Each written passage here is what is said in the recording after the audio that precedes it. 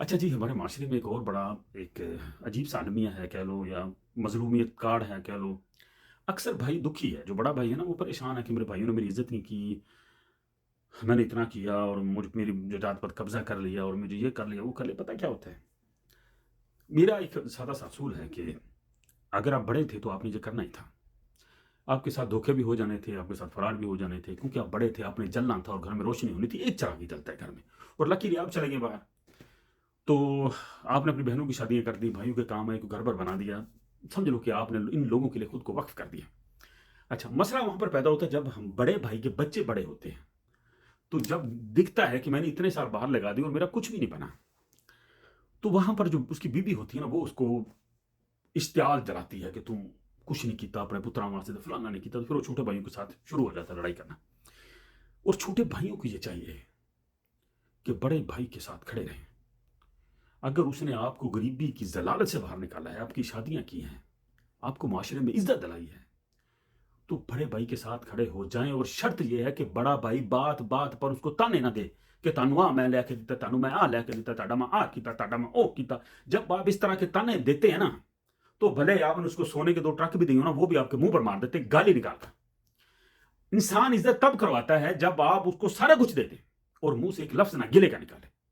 कोई भाई बेवकूफ़ नहीं होता छोटा, कोई बहनें बेवकूफ़ नहीं होती जो एवें तेनू गालां कड्ढी जाण। वजह ये होती है कि आप अपनी बीवी के साथ मिलकर जब उनका जीना हराम करते हैं, तो वो भी फिर बगावत कर देते हैं। यार भाइयों का इत्तेफ़ाक हो ना, तो ये जो औरतें हैं ना, इनकी ऐसी की तैसी। मैं ये नहीं कहता कि नहीं इनकी इज़्ज़त ये पीछे रहे। भाई आपस में कायम दाम रहें और बड़ा भाई अगर बाहर चला जाता है, तो उसका काम है कि अपने छोटे भाइयों को वहाँ पर काम ना करवाए। यहाँ से ये जो है ना बगावत की चिंगारी, जो लड़ाई शुरू होती है, यहाँ से होती है कि जब आप उसको पाकिस्तान में काम करवा के दे देते हैं, काम चलदे नहीं तो भावें करोड़ ला दे, तो 30-40 लाख तो कोई पैसा ही नहीं हैगा। तो जब आप इतने पैसे लगा देते हैं तो काम चलता नहीं है, वो बेचारा घर पे बैठ जाता वेला, फिर वो आपसे खर्चा मांगदा, फिर लड़ाइयाँ होंदियां, मैं तेनों की कराई जावां, मैं तेरा ब्याह भी कराता, तेनों काम भी करा, 10-15-20 लाख ना काम नहीं होंदे। बेहतर ये हाल है इसका कि आप अपने भाई को अपने पास बुलाएं। अगर यूरोप नहीं बुला सकते तो सऊदीया, दुबई, इधर-उधर किधर भेज दो। जब तक आप अपने भाई को अपने साथ बराबर का खड़ा नहीं करेंगे ना, तब तक वो आपका बाजू नहीं बनेगा। जब तक वो आपके बाजू नहीं बनेगा और उसकी उसकी और आपकी कमाई में फ़र्क ही इतना है, ठीक है ना? और आपने उसको 20-30 लाख रुपया दे के तो एहसान करके उन्हें बहाता घर दे विच, वो बेचारा खर्च वो लग-लुग के घर च, तो यहाँ से खराबियाँ पैदा होती हैं, ठीक है ना? हाँ, ये बात एक याद रख लें कि भाइयों से बड़ा आपका हमदर्द इस दुनिया में कोई नहीं है। आपकी बीवी तो शायद कोई नहीं। आज आप अपनी बीवी को एक आध थप्पड़ लगा दें, थोड़ा-सा मसला-मसाल बन जाए, तेरे ਜਿਹੜੇ साले ना बंदूकां लैके आ जाएँगे। उदों तेरे भरावां ने तेरे अगे खड़े होना। तो भाइयों को 2, 3, 4, 5 लाख, 10 लाख, 20 लाख के बदले गँवाएँ मत। इनको अपना बना कर रखें। आप बड़े हैं, आपने ही मरना था बाहर। आपने ही इनके काम आना था, आपने ही शादियाँ करनी थी। और किहने करनियाँ सी? और किसी ने करनियाँ सी उन्हें, मैं की मरूँ किहने करनियाँ शादियाँ? ਤੂੰ ਹੀ ਕਰਨੀ ਸੀ ਨਾ, ਪਿਓ ने कब्रां 'ਚ उठ के कर देनियाँ सी। पिछले ਜਿਹੜੇ ਪਿਓ ਸੀ ਉਹਨਾਂ ਦੇ ਨਿਆਣੇ ਹੀ जम्मे। तो आप तो खुशकिस्मत है कि आप अपने भाइयों के काम आ गए, अल्लाह के यहाँ सुरखरू हो गए। आपने एक और साबित, आपने इनाम अल्लाह से लेना है, ठीक है ना? आपने इनाम अपने माँ-बाप से लेना है। आपने मोहल्लेदारों, रिश्तेदारों से कह लो कि उनको पता है कि इनका बड़ा भाई इनके काम आ रहा है। तो खामोशी इख्तियार करो, मुँह से ज़हर ना निकालो, गिले ना निकालो। अगर शादी करती चुप, मदद करती चुप। जब हम गर्दान करते हैं अपनी बीवी के साथ मिलकर तो भाई दुश्मन बन जाते हैं। इसमें हमारी ही खता होती है। बीवियों को थोड़ा-सा पीछे रखो, भाई आपस में मिल जाएँ।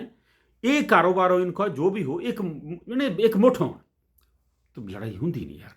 कभी भी अपने भाइयों को पैसों की वजह से ना छोड़ें। मैंने देखा है कि 50 और लाख पीछे ऐसे डंडे काट देते हैं, खूनी रिश्ते।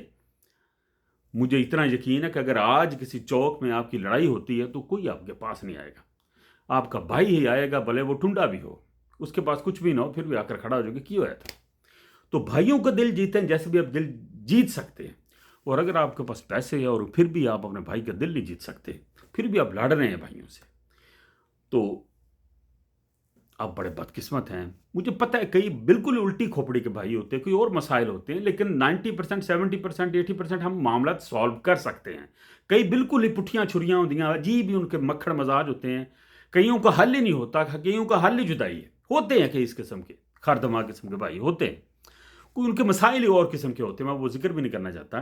तो ज़्यादातर मामला हम हल कर सकते हैं सिर्फ ये सोच कर कि मैं वड्डा परा, मैं ही जलना था, मैं ही वो चिराग था जिसने इस घर की रोशनी लेकर आनी थी, ठीक है ना। तो आप अपने आप को खुशकिस्मत समझें, गिले गुले करके खुद नु बदकिस्मत कह के कीती किताई दे पानी ना फेरो, ठीक है जी। हाँ भाई बहुत बड़ा, और सबसे बड़ा भाई अगर बड़ा है तो वो बाप है, और जो आपके भाई है ना वो आपकी ताकत है। बगैर छोटे भाइयों के आपकी भी कोई औकात नहीं है, भले आप बड़े भाई हैं। बहुत शुक्रिया जी।